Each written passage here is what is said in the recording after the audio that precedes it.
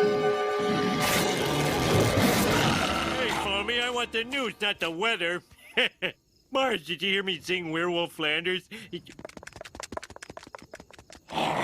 Deadly!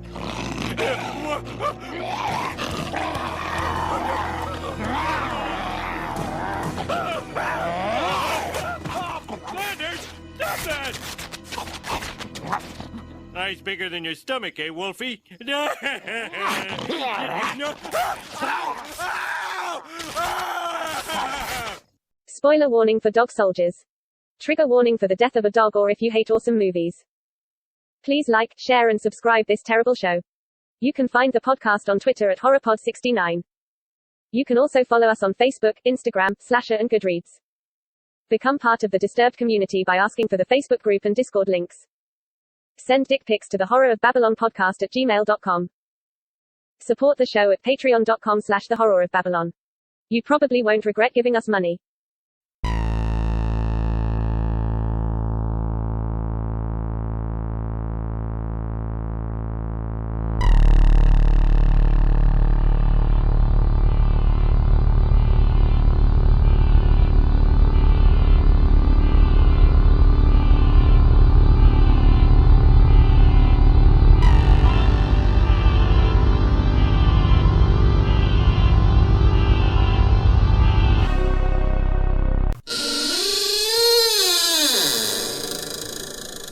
Welcome to episode 26 of the Horror of Babylon, where we will be discussing dog soldiers.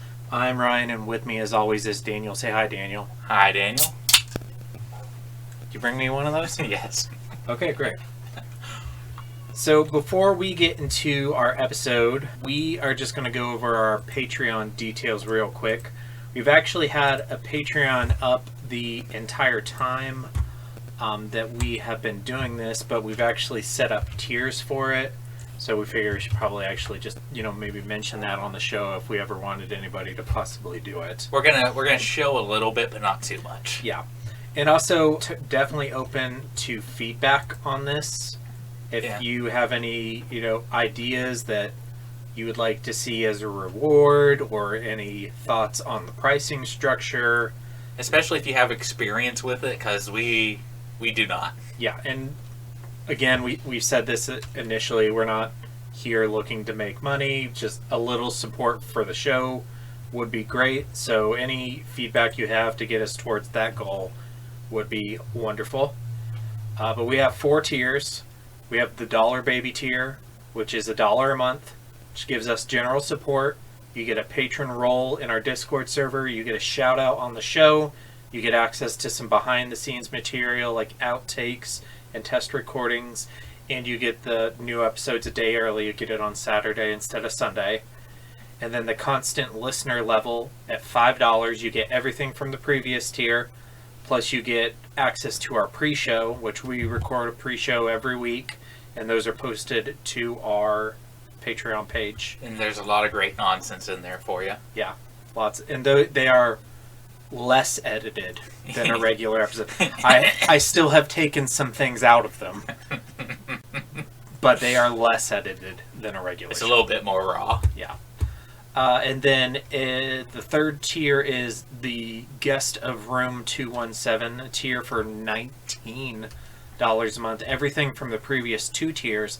Plus, you will get to decide the content of a bonus episode once a month on either the film or comic of your choice. So we'll do an episode just for you. Everybody will get to listen to it, but you get to decide what it's on. And when I say comic, I mean like a graphic novel or a one-shot, a mini-series. I don't mean... Maybe even if you have like a decent web comic you can link us to. Yeah, just not like, hey, here's $19. Can you guys review all of Amazing Spider-Man? Yeah. we gotta be realistic with our standards. And then the top tier is the Gunslinger tier. I love the title of your tiers. That one is $50 a month. Everything from the previous tiers. So you will get your own bonus episode on a film or a comic, and you get your own monthly bonus episode on the book of your choice. So we'll read a book for you, but it's $50.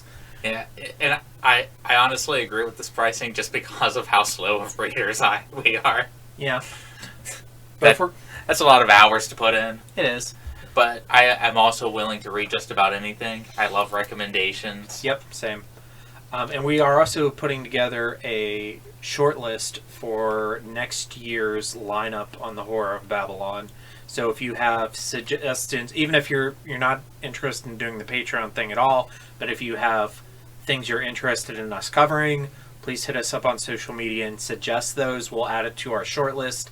I have a list of things that have been suggested by listeners. We're definitely going to do one or two of them off that list for sure. And it's not finalized yet, so there's plenty of time. No, and these things change. We change them on the fly sometimes. Yeah, we change it all the time. Yeah. Like, we weren't going to cover Firestarter at all until we realized that there was a movie coming out, and we're like, oh, we got a GM Firestarter. Yeah, we can grift into this. Yeah, exactly.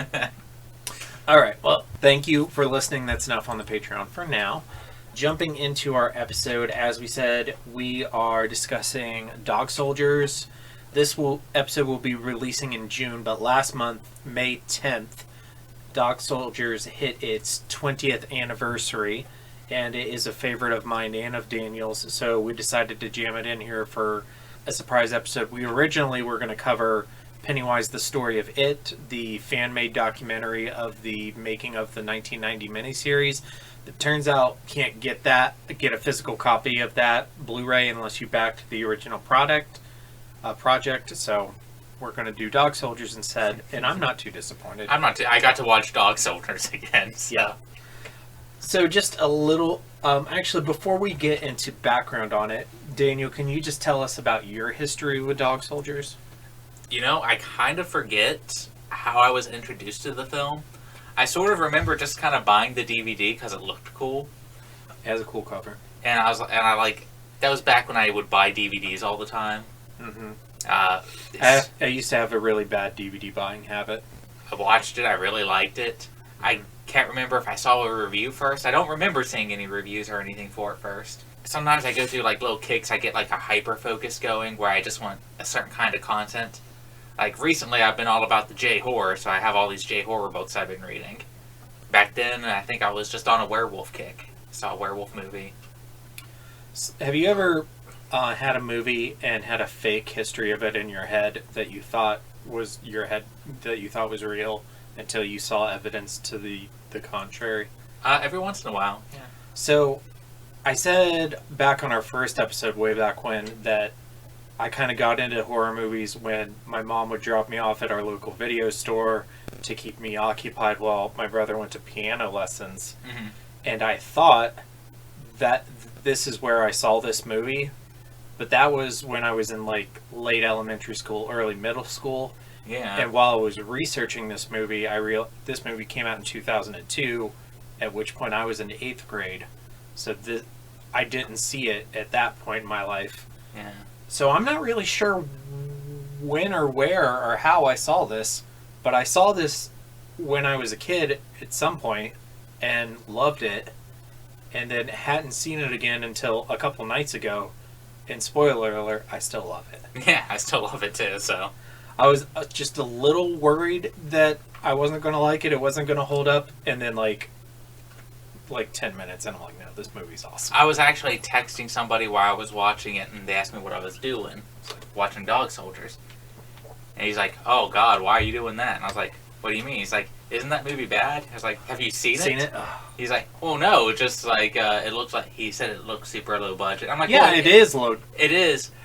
And I was like, well, it has this huge cult following for a reason. And he's like, well, what do you mean? I'm like, and I was like, it's kind of like if you took the movie Predator but put werewolves in it instead. It made it better. I love Predator, but yeah. I don't. Don't judge a movie you haven't seen. Don't take other people's words for movies. Obviously, you can't watch every movie out there, but if you haven't seen it, don't talk shit on it. Yeah. I knew a person who it was back when Solo came out. Yeah. And Solo had just come out. I was super excited. I was still working at a comic book store. Hey man, did you see Solo? No, I'm not going to go see that. Oh, why not? Do you not like Star Wars? No, I have a friend who went to film school, and he saw it, and he said it was bad, so I'm just going to take his word for it, and I'm not going to see it. I went to film school. My story has a happier ending. I convinced him to watch it. I didn't bother. I ended the conversation right there. I can feel the seething from years ago now. I was so mad. The sound wave of your scream has finally caught up with us. The vampire's a pure myth, superstition. I may be able to bring you proof that the superstition of yesterday can become the scientific reality of today. Okay, so let's just talk a little bit about the background on this movie. It was written and directed by Neil Marshall, who did Doomsday, Centurion, The Reckoning, and Hellboy 2019, the newer Hellboy. Neil Marshall actually spent 6 years refining the script and finding funding for the movie. This movie came out in 2002. He wrote the first draft of the script in 1996. It's a big history. Yeah. For his thesis, he wanted to avoid werewolf cliches and take the focus away from the people who were becoming the werewolves, how they transform, put it more on the victims, the people who are being chased by the werewolves. We're going to talk about that more when we get to themes. This is a British film. It was shot in Luxembourg. It was made for £2.3 million, and it took in £5 million. Converted to American dollars in 2022 money, that's $2.8 million budget and made $6.2 million. So that's actually pretty good. It's not quite triple what the budget was. So it's actually pretty well. Like Daniel said, this movie has a huge cult following. It's actually very well received by fans and critics. As I've stated in the past, I hate Rotten Tomatoes, but it actually has like a super high. It has like an 80 or something. Yeah, for a werewolf movie, a low budget werewolf movie. Mm-hmm. That's pretty good. And for honors, at the Brussels International Festival of Fantasy Films, it took home the Golden Raven, which is their top award, and it also won the Audience Award for Best Picture.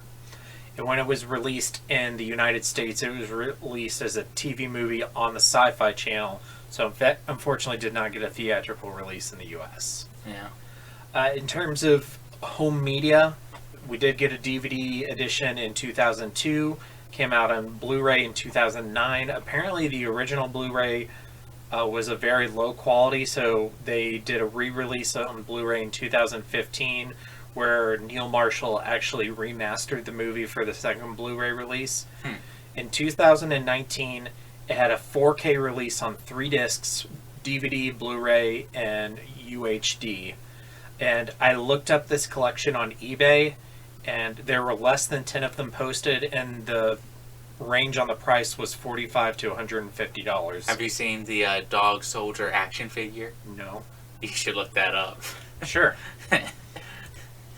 Going to eBay. Brian, I have to tell you, I've never been more tempted in my life. Do you own this? I do not own this. If I would have known about it back in the day, I would have bought it. Hundo 30, 200, Hundo 50, 500, 180, 190. Well, that's different, but yeah, those are the ones that are up. You should click on one and get like a closer look. So yeah, it's pretty.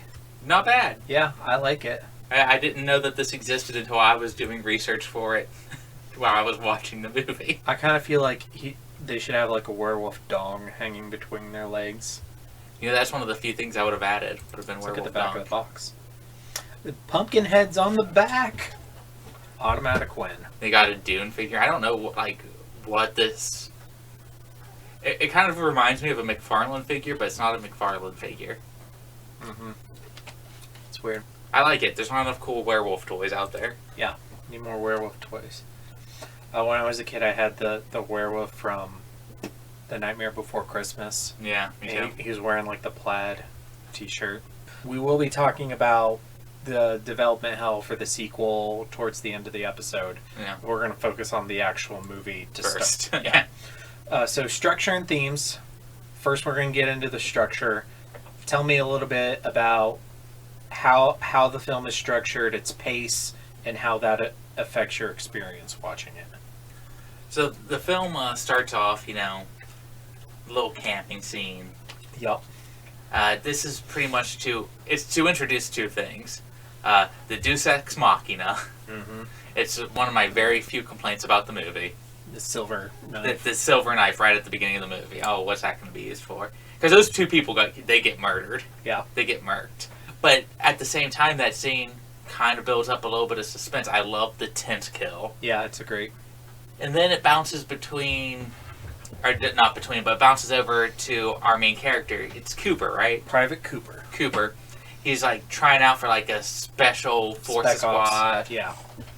And he fails because he can't shoot a dog in the face.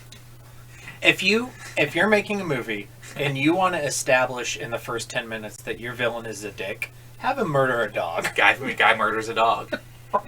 But then after that, it just transitions to them doing a military exercise. Cooper's with a normal army squad. Mm-hmm. They got fake guns. Mm-hmm. They're going into the woods. And it's a lot of character building from there. They're telling some stories. You're kind of getting a feel for a lot of their personalities. Mm-hmm. Love Spoonie. Yeah, Spoonie's great. But as soon as the werewolves hit the fan, it kind of becomes sort of a hunter-prey sort of story. There's a lot of stalking.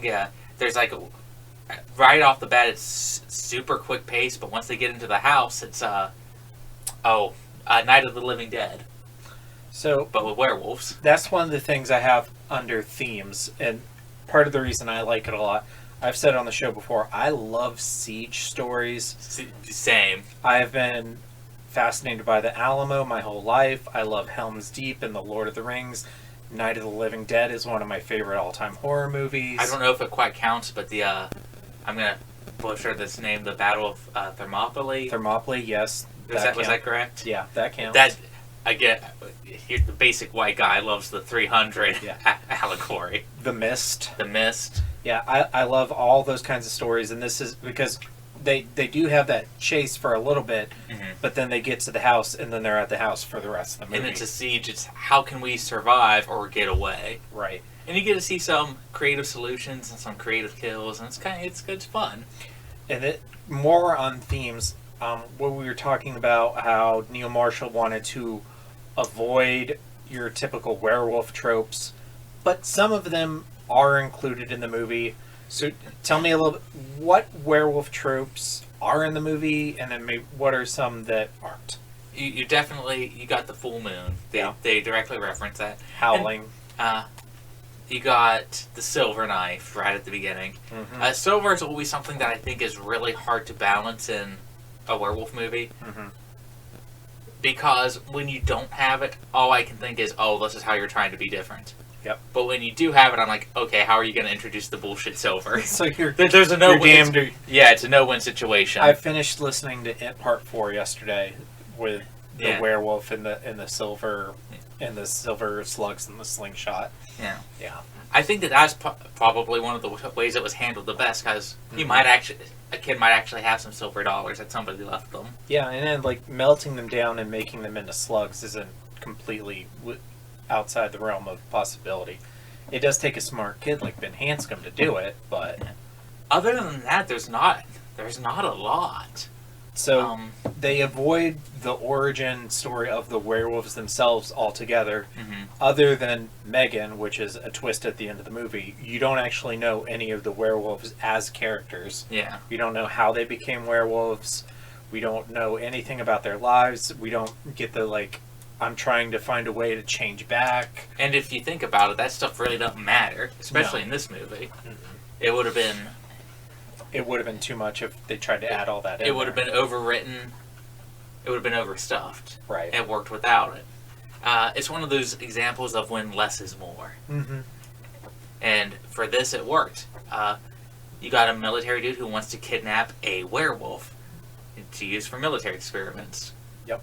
How they found out there was a werewolf there, it doesn't matter. Mm-hmm. That doesn't matter to the plot. Right. How the werewolf came to be there, that doesn't matter. What matters is these characters and how they're handling the situation they're in. Right. Okay, so let's go ahead and talk about some characters. We're going to start off with our protagonist. Private Cooper is played by Kevin McKidd. Kevin McKidd is super famous these days because he's one of those sexy doctors who likes to have sex all the time in Grey's Anatomy. I've never seen Grey's Anatomy. Well, I've never seen an episode start to finish, but living in a house with a woman who's beautiful and whom I love to death, I have seen some Grey's Anatomy. That's why I don't date white women. Yeah. I'm pretty sure it's more than white women that like Grey's Anatomy, but Probably.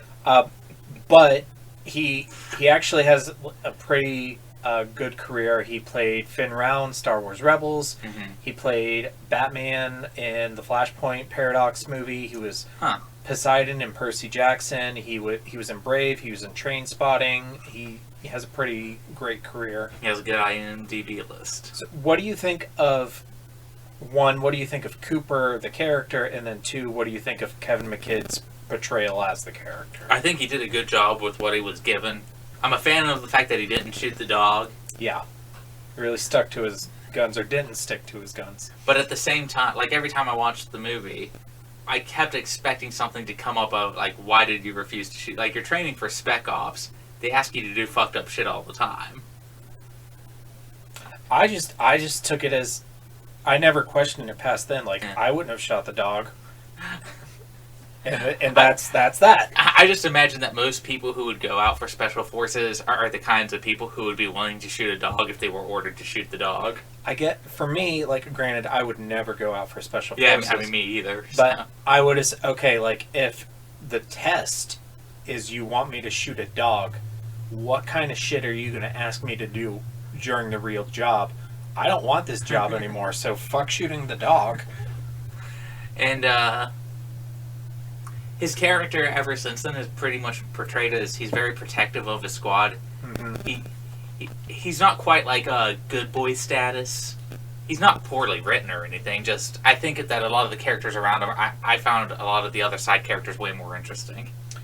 Yeah, I wouldn't say that he's super interesting, but he serves the role he has in the movie very well. He's a very main character. My favorite line from him is probably where he's talking to Megan, and I forget the exact conversation, but it ends with him saying, "Well, I don't scare easy."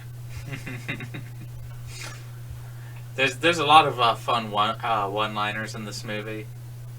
There's a lot of callbacks in this movie too. They make lots of references. Right at the beginning of the movie, they make a Star Trek reference. Did you catch that? Not off the top of my head. So when they find the camp of the Spec Ops guys and realize they're all dead, mm-hmm. One of them goes, "Oh my god, it's the Kobayashi Maru, we can't win!" Which, if you know your Star Trek lore, is the test at Starfleet Academy that's an unwinnable test that tries to teach Starfleet officers to face death, but famously Kirk changed the parameters of the test and beat it. He cheated. Because he doesn't believe in a no-win scenario. Yeah. But yeah, that was a pretty cool reference.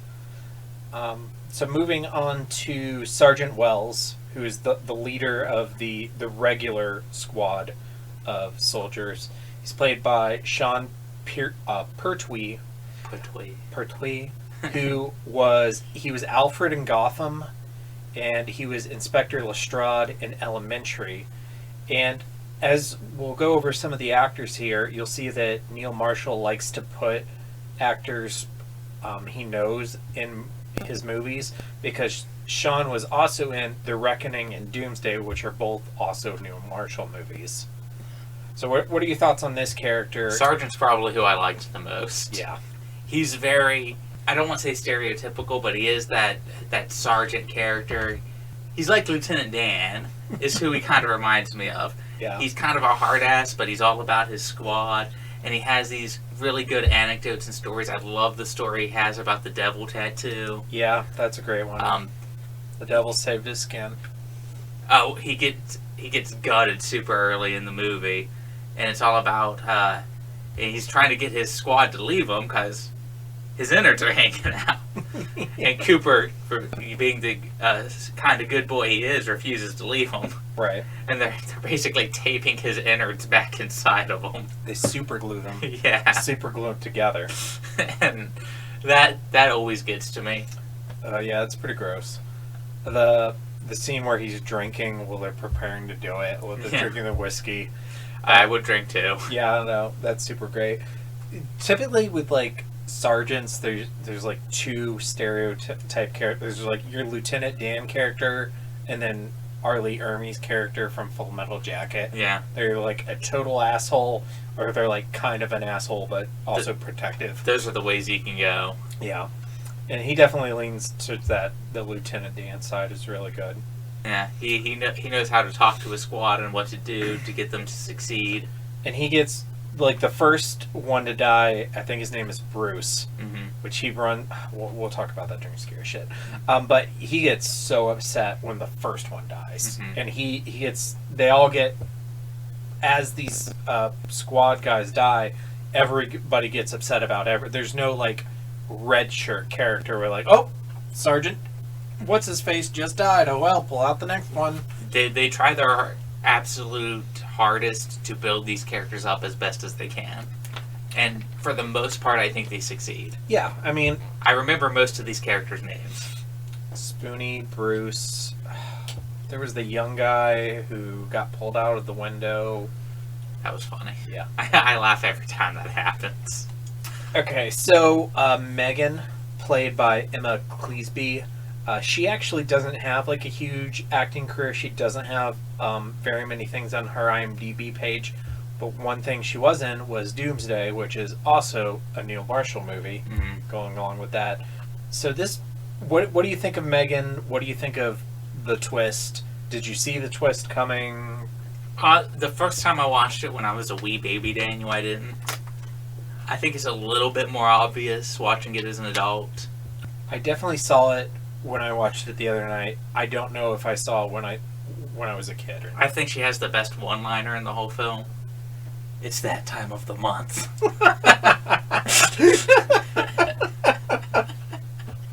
I laugh every time I hear that. So, I love how we think that's funny, but we thought Liar Liar Pants on Fire was dumb. I was like, where's the line?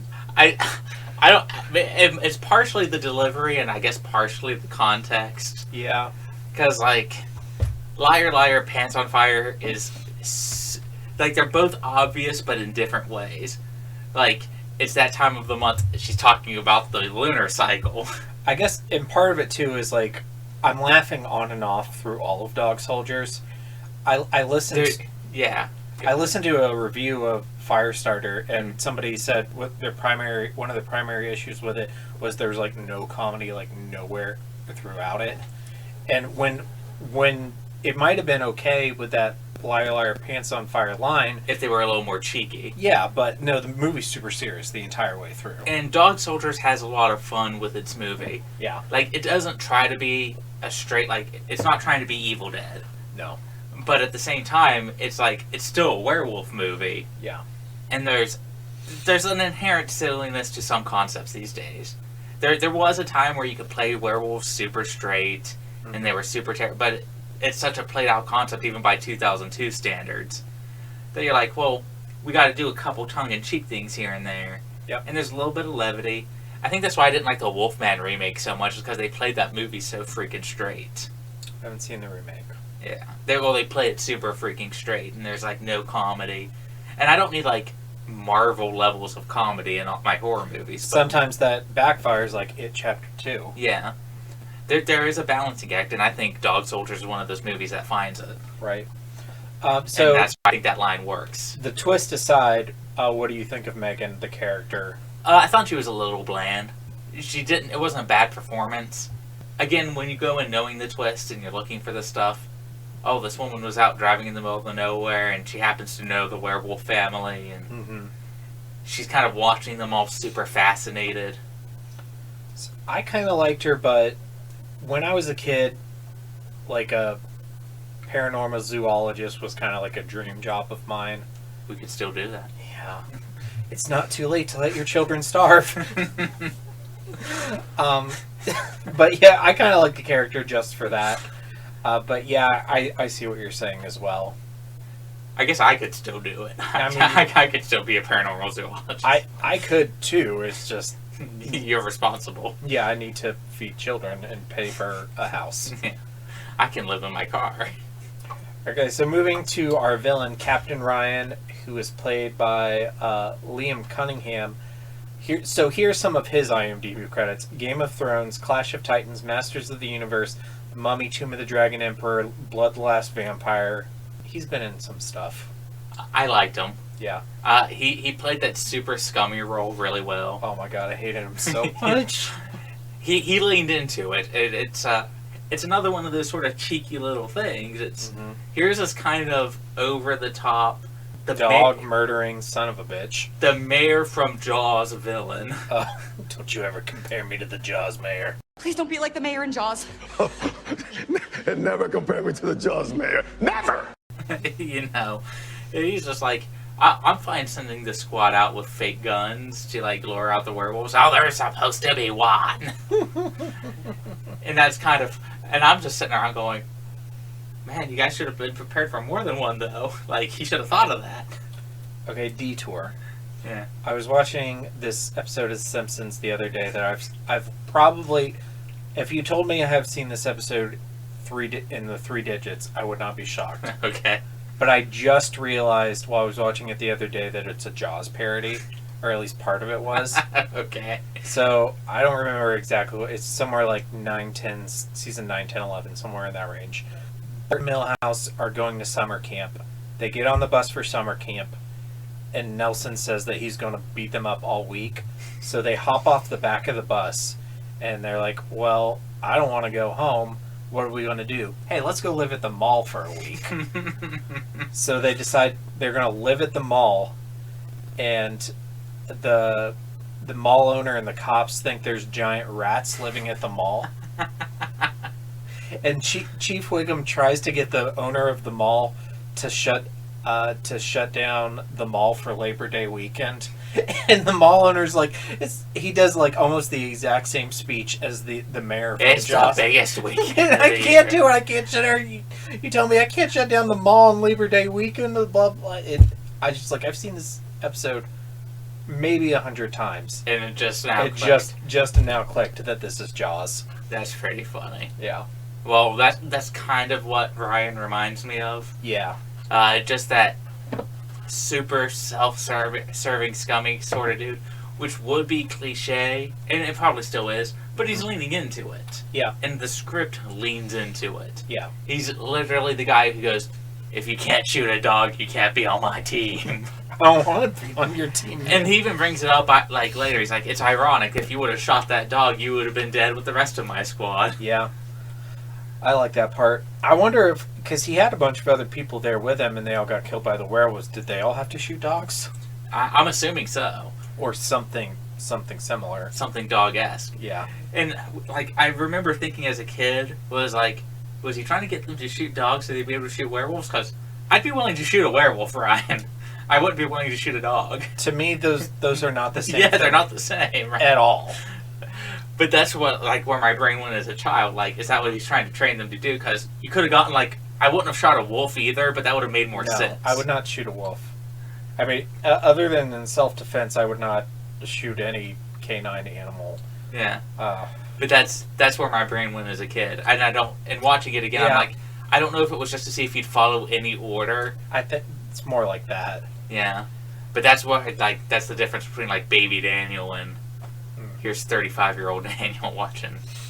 I'll kill you all! I'll drive you crazy, and I'll kill you all! I'm every nightmare you ever had. I am your worst dream come true. I'm everything you ever were afraid of. Okay, so let's jump into scary shit. And I'm going to ask you if this movie is scary, but I want 2 answers. 1, did it scare baby Daniel? And 2, does it scare adult Daniel? It got baby Daniel a lot more. I think there's some scary stuff in this movie. As many times as I've watched the movie, I don't think it's possible to scare me. I think it's more fun than it is scary. Yes. It does a few things really well. It does jump scares well, surprisingly. Okay, so I've been waiting for an opportunity to tell this story. Okay. So I'm the only person in my house, in a house of 4, I'm the only one who watches anything horror. So I have to look for opportunities to watch these things. Okay. I waited for Beck to fall asleep. We have a TV in our bedroom. So I was like, okay, now I'm going to put on Dog Soldiers. I'm going to start watching it. it gets, and I completely forgot this was in the movie. It gets to the part where the werewolves throw the cow onto the campfire. I had it was really quiet while they're telling that story about the tattoo, so I had the volume up to 50 something. And the werewolves threw the cow on the campfire, and everybody starts shooting, and Beck wakes up yelling, "What the fuck is going on? What the fuck are you watching?" I'm sorry. I think it does, and I'm a guy that's really against jump scare horror. But what it does when is it's every other thing. And when it uses jump scares, it doesn't give you a big musical sting. It just does the thing. Yeah, it just grabs the dude out of the window. It just throws the cow. That got me. I think the scare factor on this movie is pretty low, but what it does do effective is basically gross stuff, some body okay, so some things that got me aside from the cow. Bruce running into the fallen tree and impaling himself. Yeah.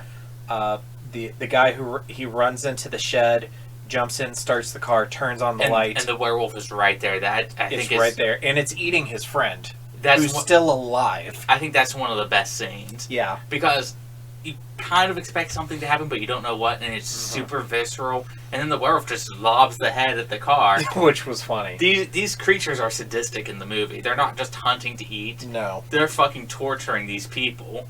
The worst part of it for me was that the guy who was being eaten was still alive, and he sees his friend in the car, and he tries to go and wave at him, but that was bad.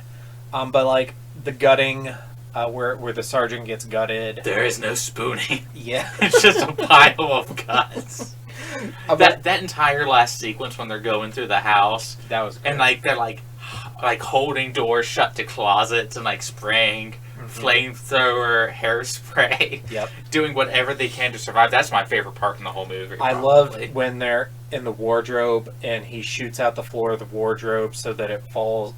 He shoots the floor to weaken the floorboards so the wardrobe falls through the floor into the kitchen to get them away from the werewolves. Yeah.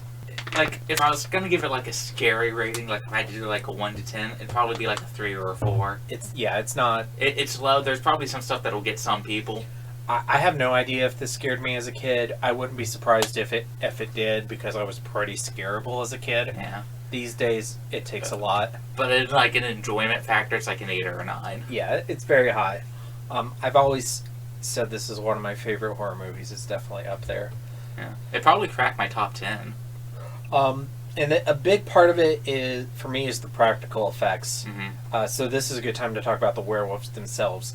It does a really good job of just giving you little glimpses of the werewolves up until the last 30 minutes, and even there, you don't really get a big full body shot that's well lit of a werewolf.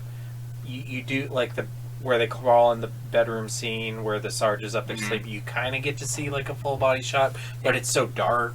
And they do quick cutaways. And part of that is to hide some of the budgetary constraints. Stuff, yeah. And part of it is to build. It's again how I'm always saying less is more, and how your imagination will do more. But it's just a Star Wars type thing where when you have a low budget and really creative people who know their practical effects, then that's when the best things happen. Exactly. I would rather see a quick glimpse of a decent looking shot than a really long bad shot. Yeah. So this came out in 2002. So this is just when CG was just starting to become mainstream in Hollywood. Granted, this wasn't a Hollywood movie, this was a British movie. So it wasn't likely to ever have CG in it. But let's say that this was a Hollywood movie, everything's the same, except they do everything in CG instead of practical effects. How do you think that would change the movie? It would have been worse. Yeah. We would have seen the werewolves crawling up the side of the building, and they would have lingered on the shots, which might have looked good at the time, but in a year, it's dated. Yeah. If it's even good then, because sometimes it's not. No. There's only a handful of movies with CG in them that still look good years later. We would have gotten an over-the-top transformation scene. And I think even though they wanted to avoid it, the transformation scene is the one thing I'd add in a sequel. They did, but yeah. It'd be full practical effects. And the transformation scenes we had were like people like fall behind the table, and then they're just a werewolf. There's no clothes on or anything. I love that Megan got shot in the head while she was transformed. This is just like the best way to handle that. That's one more thing I probably would have added, is some way to distinguish which one of those werewolves was Megan from that point on. Yeah. Well, I assume she was killed there. I assumed that she couldn't be killed because she was already a werewolf. I mean, she was like shot in the brain. I guess. Again, another thing I would have changed is I would have never given these guys real guns. Mm-hmm. It would have been all about trying to find ways to survive because they came into the situation with fake guns. So that's going to tie into my Koontz. Yeah. But I'm going to save that for later. Okay. For our section, Kings and Koontz. Yeah. Anything else on the effects or scary shit or the werewolves themselves? Anything before we move on? I think that the effects team, whoever they are, I don't know. I am going to look that up later. Deserves all the praise in the world, and I hope you're getting work now. I have the IMDb page up. Let's look you guys up. Because whoever's responsible for the costumes and those sorts of effects. And also just like the setting, like the house was really well designed. All of you guys, that freaking Chip and Dale movie. I want to see it. Did you see that the old ugly Sonic is in it? No. From before they changed Sonic's design, and he even calls himself Ugly Sonic in the movie. That's funny. Yeah, but the special effects team. Okay, so art direction, set direction, costume design, makeup department. So a lot of people. Yeah. I'm just not surprised. The art department. You all did a fantastic job. I hope you're still getting work. Here's the special effects team. I know that Hollywood is very into CGI. Let's just click on a random one. The animatronic model designer. Okay, that's a big one. Yeah. Richard Darwin. That's a great name. Yeah, it is. Oh wow, he has. So their last special effects credit was X-Men: Dark Phoenix.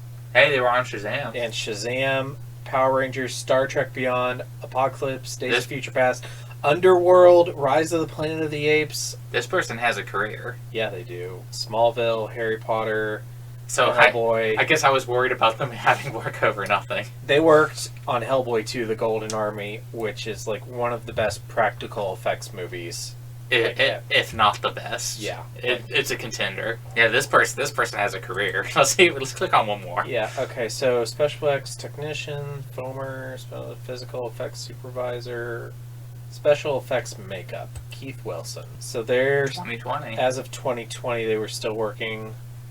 Inkheart, Warhorse. Actually, they haven't done a lot. Not as much as the other dude. No. They did work on The Mummy, which has great effects. And they've worked on some, not the most high-profile stuff, but they've worked on some stuff. Yeah, and I like Inkheart. Inkheart's good. I haven't seen Inkheart. It's fun. Brendan Fraser's hard for me to dislike. I want him to play Bizarro in the next Superman movie. That'd be cool. I heard he was coming back to acting. He's in, it's a DC show. I should know the name of this. Batgirl? No. Well, he is in Batgirl, though. Doom Patrol. Doom Patrol, yeah. Yeah. He's the robot. The guy who played Billy Boyd, who played Pippin in Lord of the Rings, he's in that show. But people have shown pictures of him, like, currently next to Henry Cavill, and he looks like Bizarro Henry Cavill. That'd be cool. And I'm like, I'd fund it. Yeah. I feel so bad for this dude. Like, his divorce completely screwed his career. Yeah. Let's not get into that. Yeah, no, and he's such a good dude. Yeah, I love Brendan. I've loved him since I was a kid. Not just the Mummy movies, but other. Yeah, no, like he's been in great stuff. But the original Mummy is like a big movie for me. Oh my God! Are you Stephen King? No, I'm Dean Koontz. Oh.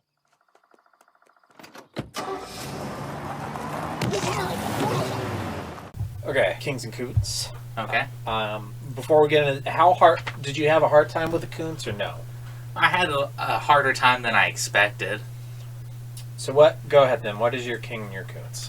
My king is just like the entire last sequence, like I said before, when there's 3 of them left and Spoonie's fighting one of them in the kitchen because he couldn't get upstairs with the other 2.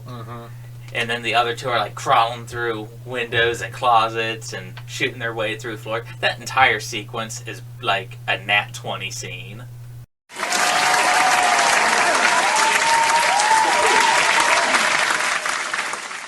Damn near perfect for a werewolf siege movie. It's really great. My Koontz, and I kind of already brought this up, is the movie kind of set up for them to have fake guns, which is like, would have eliminated the whole, well, what if you had an automatic rifle against a werewolf? You wouldn't have to think about like regeneration or anything, because they just had fake guns. They couldn't do shit to them. Right. That's probably how I would have written the movie. But I also have not made a movie that's made $6 million, so... Yeah. So for me, my king is just the practical effects and the werewolves in general.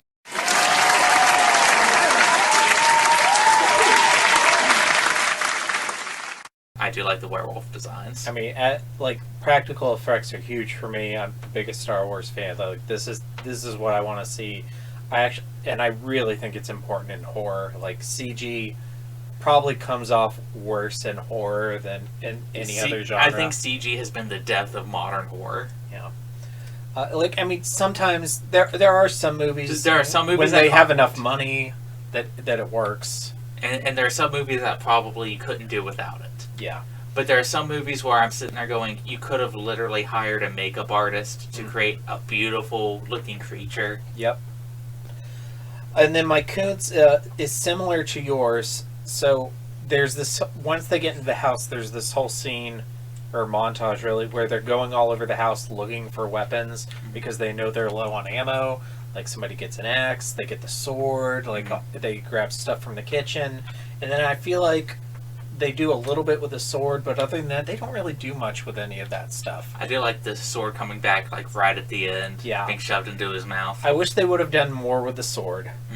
And then just like more with, like, they get to the point where they actually run out of ammunition and they have to start going hand to hand with these things. Like, they were using a camera at one point. Yeah. They did use the camera, which was cool, but I would have done more of that. I would have probably eliminated the guns. Maybe they get a couple handguns off of the Spec Ops team. Yeah. But the Spec Ops team was there to capture one, so it made sense that they had nets and tranquilizer darts. Yeah, or using like some of that and trying using them lethally would have been cool. That's probably, but that's more of like a scripting thing. Yeah, so. this is kind of me being nitpicky. I kind of had to think about it. Like, yeah, it wasn't like most things we watch where I have to like. There's a definite. Yeah, like I hate this. There's nothing I hated in this movie. Like when I'm sitting there watching it, I don't think about that too hard. It's one of those movies. You just have. It's a fun movie to watch. Okay, so we are going to move on to ranking, and then we're going to get into homework where we're going to talk about the sequel or lack thereof of the sequel. I'm ranking first, running down our current lists. So far I have the Mist film, the original Firestarter film, the Mist TV series, Firestarter 2, Stan 2020, Stan 1994, Batman Gotham by Gaslight, the new Firestarter, X Phantoms.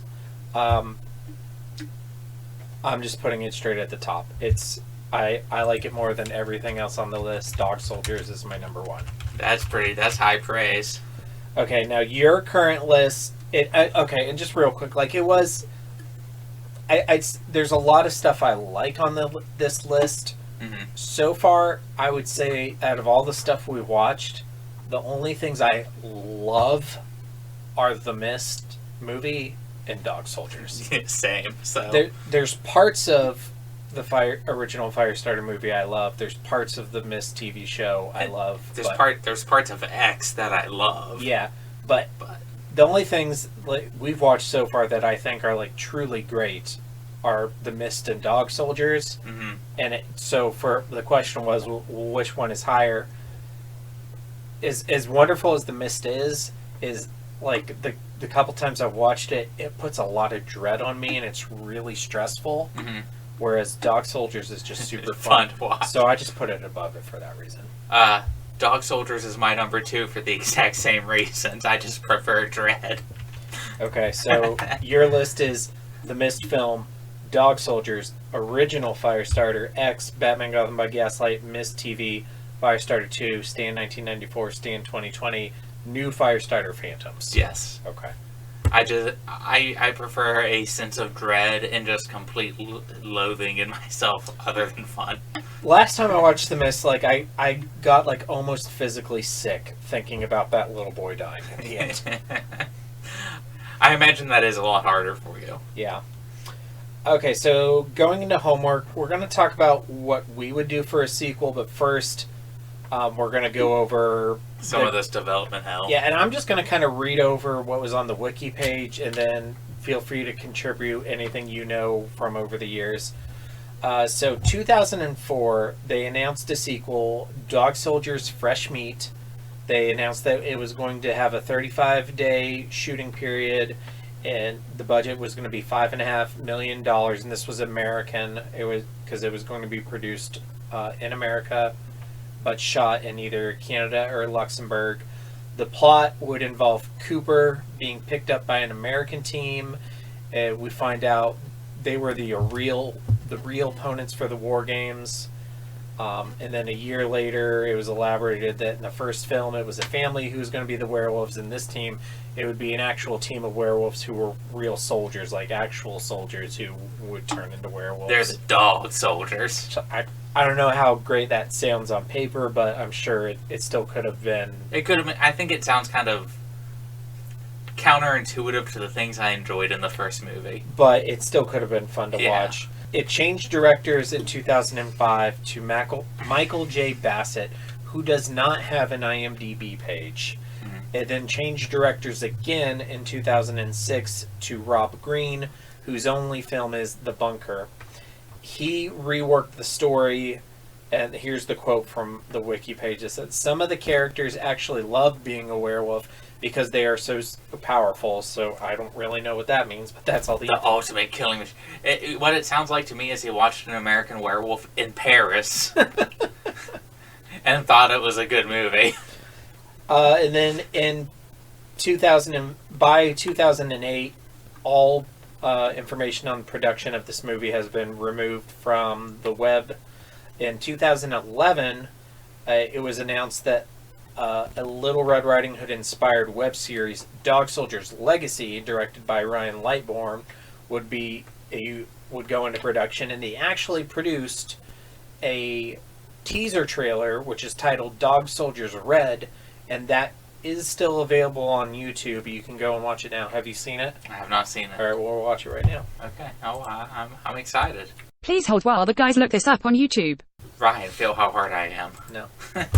I mean later.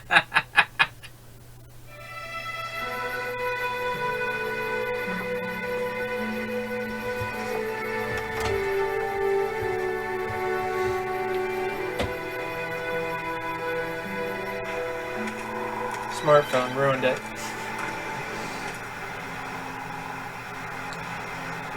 Oh my god, that text is so fucking... That's what it would be on the senior's phone, not hers.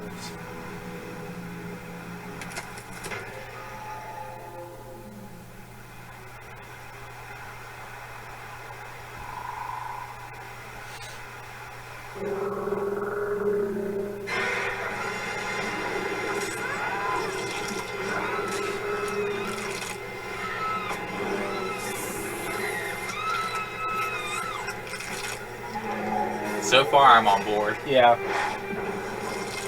Okay, so that trailer was, like, awesome. Yeah. So the guy who's going to direct this web series, he actually, I think he said he used his mom and his daughter, or he used some members of his family to actually do this teaser trailer. That's great. He did a good job. Yeah, for next to nothing, just because he wanted this to happen. And I'm sure it was probably not his fault, but of course nothing happened with that. And then in 2014, it was a poster was released for Fresh Meat. Yeah, for Dog Soldiers Fresh Meat, and it said coming in 2014. Ugh. And nothing happened with it. And that's kind of the last word we've heard on it. And then I wanted to read this that was on the wiki page. Neil Marshall stated in the audio commentary for Dog Soldiers that the moment in the film where Megan cuts her hand on a shard of glass was meant to be a setup for a sequel about werewolf DNA, which would complete a planned trilogy. However, he added the planned sequels would probably amount to nothing now. Kickstarter is a thing, and I can't fund a whole movie myself, but this would be one of those rare projects where whatever the $100 tier would get me, that's what I'd probably donate to it. Yeah, I would contribute some amount of money, maybe not $100, but yeah. I have a little bit more disposable income because I don't have children. I would definitely contribute something to this. I would love to see a sequel. Hopefully, still with practical effects, but at this point, I would take anything. Would you be willing to direct the sequel? Sure. If it happens. Yeah, I would do that. Also, did you know there is a making-of documentary about Dog Soldiers? I'm tacitly aware of it. I haven't seen it. I had the title. I've listened to some of the commentary on the original DVD, and that's been about it. So it was produced in 2015. It's called Werewolves vs. Soldiers, The Making of Dog Soldiers. I spent a couple minutes looking for it online and didn't see it. I am going to try and find this for us to watch and review on the show. It might be a little challenging to find, but I'm going to try. I'd be willing to watch it. So if anybody has a source for watching the Making of Dog Soldiers documentary, please hit us up. Okay, so what would you want for a sequel in terms of both the story and the format? Do you want like a movie, a miniseries? I definitely want a movie. Mm-hmm. And kind of carrying into that same Predator and Night of the Living Dead sort of comparisons, yeah, I would set it in a big city. So I'd probably need about double the budget. There'd only be one werewolf, but it'd be going around the city murdering some people. And the one thing I would really add would be a transformation scene, full practical effects. Yeah, I would also go for a movie, full practical effects. Probably do something like a detective is working on a murder case. This would never happen, but I would love to have Guillermo del Toro. Yeah. And Doug Jones would play the werewolf. Doug Jones, huh? Yeah. Okay. And other than that, I don't care. That's fine. I just want to see it. I'd love to like send an email to Kevin McKidd, who's like rich from Grey's Anatomy money, and be like, "Hey, if you want to come back for Dog Soldiers 2?" And be like, and kill him off in the opening credits. You don't have to pay him too much. Yeah. Yeah. That's what Charlton Heston did. The second Planet of the Apes. He refused to do it, and then eventually he said, "Okay, I'll do it if one, I'm only in a little bit of it.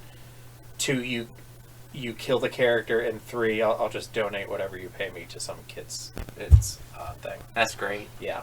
I'd like to get the original director back because he seemed to care about it a lot. Yeah, Neil Marshall. Yeah. Spent 6 years on the script treatment for this movie, which you probably, if you just like watch the trailer, you probably wouldn't think, "Oh, I bet they spent 6 years writing this." I know people have probably told him to put it on Kickstarter before, and I doubt he'll ever listen to this podcast, but on the rare chance. Let's just Google him real quick and just try it.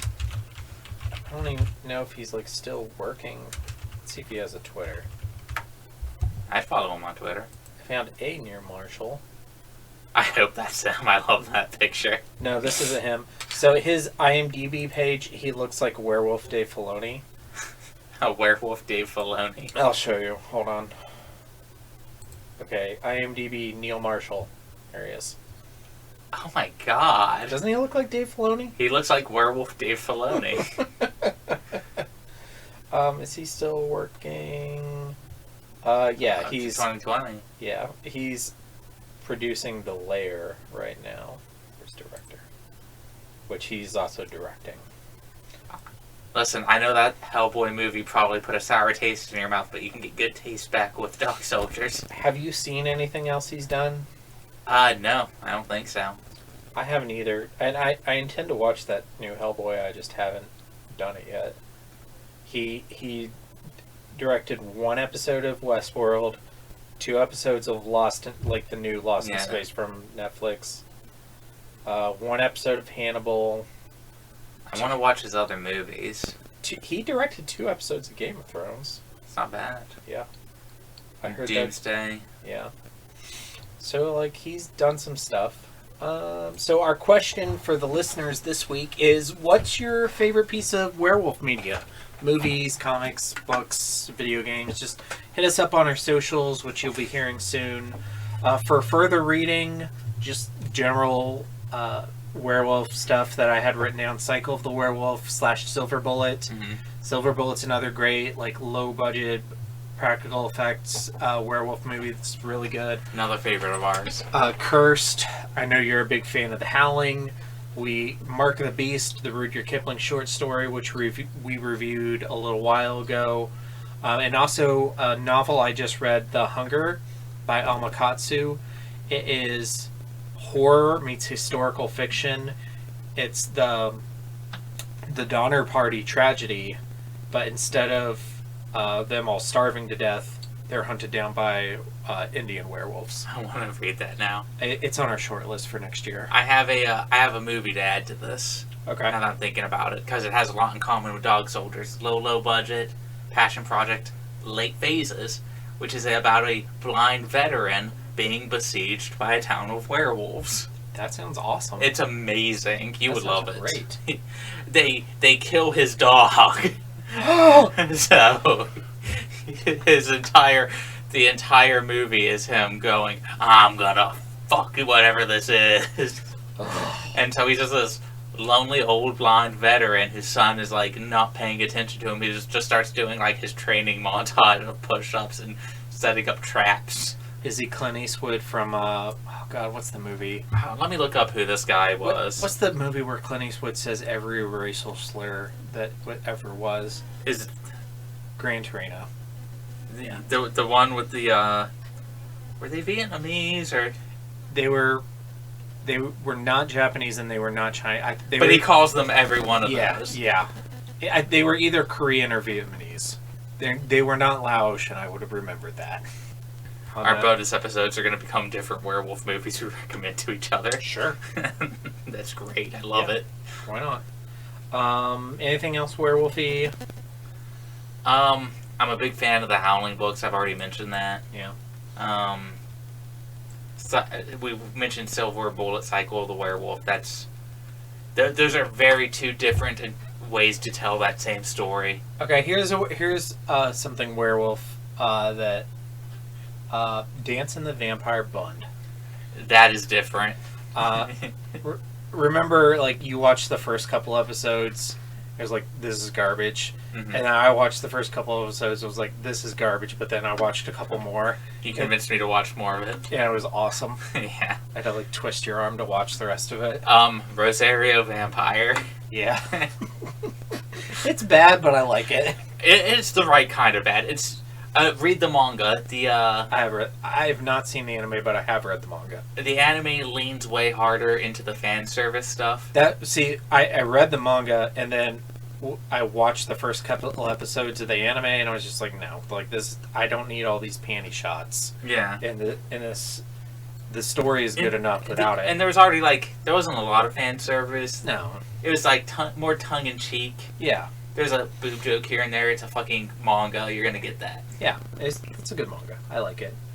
All right. Well, thank you everybody for listening. Just want to go over what we have upcoming on the Horror of Babylon. So next week will be our final episode on Stephen King's It. We'll be covering part 5, the last interlude, and the epilogue. And then the next week, which is the first Sunday in July, we will be doing the 1990 miniseries. Next book episode will be covering the manga Mermaid Saga by Murumito Takahashi, which I love. I have a great Mermaid Saga story when we get to it. Great, can't wait. And then July 17th, It, Chapter 1 from 2017. And then our next actual book will be July 24th, Carmilla by J. Sheridan Le Fanu. We will definitely have a guest for that. Yes, and I'm super excited. I love that book. And then the last weekend in July, we are wrapping up our It coverage, sadly, with It Chapter 2 from 2019. I wish that wasn't the last thing we were going to talk about. But I think we might get the best content out of that. yeah, I bet it's going to be a good episode. It's just going to be us bitching for 2 hours. And now we are going to announce what our next novel will be. So the first Sunday in August 7th, we will be covering in its entirety Stephen King's Salem's Lot. So when you are done with it, if you know, we will be doing Mermaid Saga and Carmilla, but those are both really short. The next big project will be Salem's Lot, and we're going to cover all of the everything that's involved with that. The second Sunday in August, we are going to do the original miniseries from the 70s. Then the next week, we are going to do Jerusalem's Lot, which is Stephen King's short story that's a prequel to Salem's Lot. The next week, we are going to do Salem's Lot miniseries from 2004 with Rob Lowe, which you've never seen, right? Mm-hmm. Okay. And then the first Sunday in September, we are going to cover the short story One More for the Road, which is Stephen King's short story that's a sequel to Salem's Lot. And then the new movie comes out September 9th. So our episode releasing September 11th will be covering Salem's Lot 2022. Please, God, make this better than Firestarter. I hope so. It's kind of surprising. We were on a Stephen King high for movies for like a hot minute, and then it was like I didn't like It Chapter 2, and I didn't like Pet Sematary, and now I really didn't care for this Firestarter.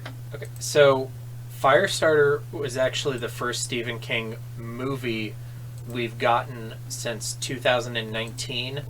And we got 3 movies in 2019, which were It Chapter 2, Pet Sematary, and Dr. Sleep, which I only liked one of those, which was Dr. Sleep. I haven't seen Dr. Sleep yet.